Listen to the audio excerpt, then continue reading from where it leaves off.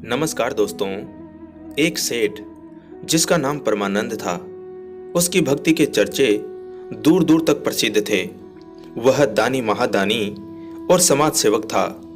कोई भी कार्य करने से पहले वह ईश्वर का ध्यान करता और खाली समय में भक्ति भाव में लगा रहता। लोग उसका दर्शन करते और खुद को धन्य समझते थे। उसकी लाखों करोड़ों की संपत्ति उसके पुत्र और उसके नौकर संभालते थे। भोजन करने से पहले वह भगवान को भोग लगाता और कहता, आओ प्रभु भोजन करो। एक दिन एक नया नौकर जिसका नाम भोला था, वह सेठ जी के लिए खाना लेकर आया और सेठ जी की तरफ देखने लगा। सेठ जी ने मंदिर के पर्दे को साइड में कर खाना रखा और पर्दा गिराकर बोला, आओ प्रभु भोजन करो। 2 मिनट बाद थाली उठाकर मस्तक पर लगाकर हाथ जोड़कर सेठ ने ईश्वर का धन्यवाद किया और खाना खाने बैठा तो भोला को बहुत हैरानी हुई, क्योंकि उसने सेठ जी का बहुत नाम सुना था। उनकी भक्ति के बारे में बहुत कुछ सुना था। उसने सोचा कि भगवान तो सेठ जी की यहाँ भोग स्वीकारते होंगे, लेकिन यहाँ तो भगवान जी ने भोग स्वीकार नहीं किया। सेठ जी ने केवल औपचारिकता पूरी की। भोला बहुत दुखी हुआ। जैसे ही सेठ जी ने पहला निवाला मुंह में रखा, भोला ने हाथ पकड़कर कहा, रुकिए सेठ जी, ये आप क्या कर रहे हैं? सेठानी जी को बहुत गुस्सा आया। उसने आंखें निकालते हुए भोला को कहा, तुमने अपने मालिक का हाथ क्यों पकड़ा? सेठ जी ने भी हैरानी से भोला को देखते हुए कहा, क्या हुआ भोला, तुमने मेरा निवाला क्यों छीना? मालिक माफ करो, आप बहुत बड़ी गलती करने जा रहे थे। आपके भगवान जी ने भोजन नहीं किया और आप भोजन करने बैठ गए। भोला ने हाथ जोड़कर दीनहीन भावना से कहा, लेकिन भोला, हमने भोग लगाया भगवान को, तुमने देखा ना, फिर भी तुम ऐसे क्यों बोल रहे हो कि हमने भोजन के लिए भगवान को पूछा नहीं? जैसे पूरी दुनिया भोग लगाती है, हमने भी ऐसे ही किया, और भगवान को भोग तो इस तरह से ही लगता है। सेठ जी ने सेठानी जी की हामी सुनने की चाह रखते हुए आशा भरी नजरों से उनकी तरफ देखते हुए कहा, तुम हमें बताओगे कि भगवान को भोग कैसे लगता है? सेठानी जी ने साड़ी के पल्लू को खींचते हुए भोला की तरफ गुस्से से देखते हुए कहा, नहीं नहीं सेठानी जी, मैंने सेठ जी का बहुत नाम सुना है। कुछ लोग तो कहते हैं कि सेठ जी की यहाँ लक्ष्मी बस गई हैं, और सेठ जी की भक्ति भाव का भी बहुत बार सुना है। लोग कहते हैं कि सेठ जी को भगवान दिखते हैं। भोला ने अपने गमछे को नीचे खींचते हुए हैरानी से कहा।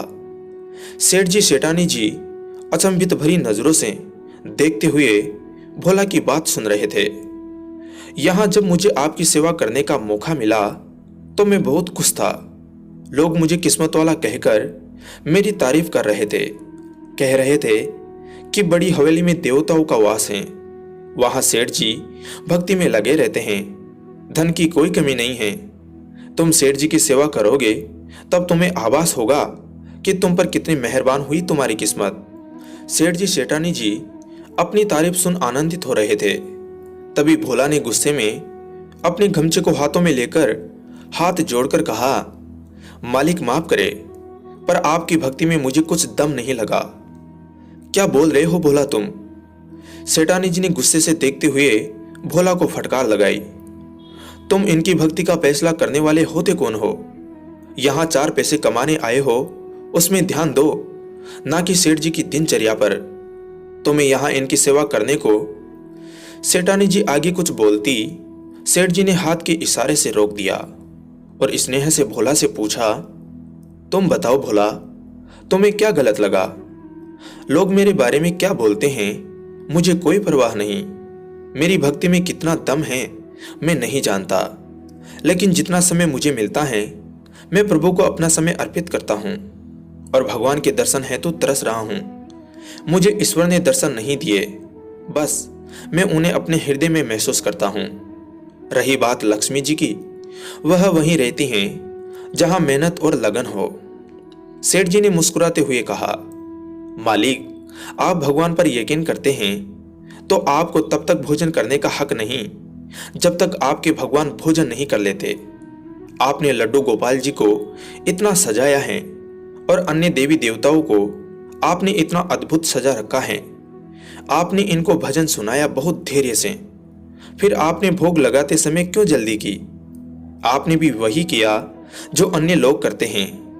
भगवान के आगे थाली रखी, ताली बजाई और फिर थाली में से भगवान को थोड़ा सा मुंह के लगा के खुद खाने बैठ गए। बोला तुम?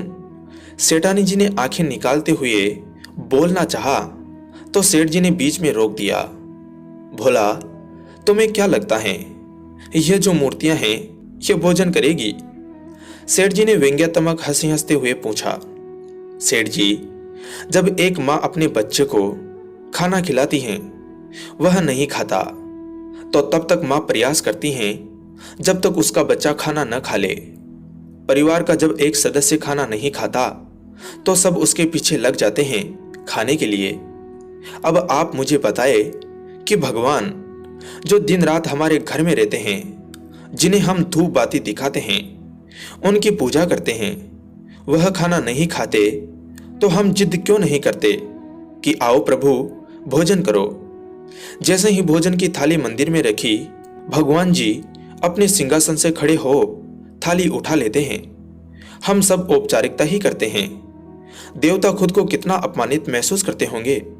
हाथ को आया, मुंह न लगा। भोला ने दुखी होते हुए कहा, सेठ जी आप भोजन करें। लोगों में आपकी भक्ति की बात मिथ्या है और आपने भगवान को मूर्ति ही समझा।